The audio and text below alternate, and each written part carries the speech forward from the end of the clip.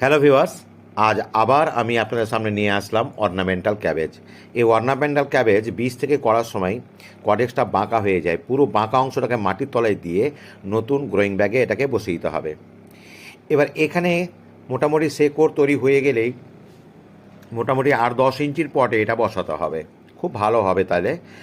আর পূর্ণ অবস্থায় তো আপনার এই ক্যাবেজগুলো বাগানে থাকলে আর অন্য কোনো ফুলের দিকে আপনি নজর দেবেন না। সত্যি এর 3টা কালার হয়, দেখতেই পাচ্ছেন।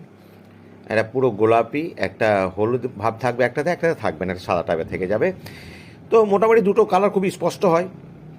আমার তো ভীষণ ভালো লাগে। এত লো মেনটেন্স গাছ যে এটাকে বসিয়ে দিলেই হলো, শুধু একটুখানি খোল জল বা কিচেন লিকুইড দিলেই হবে। তো বন্ধুরা, যদি ভালো লাগে অবশ্যই ফলো করবেন আর সাবস্ক্রাইব করে দেবেন ইউটিউব থেকে দেখলে। ভালো থাকবেন, ধন্যবাদ।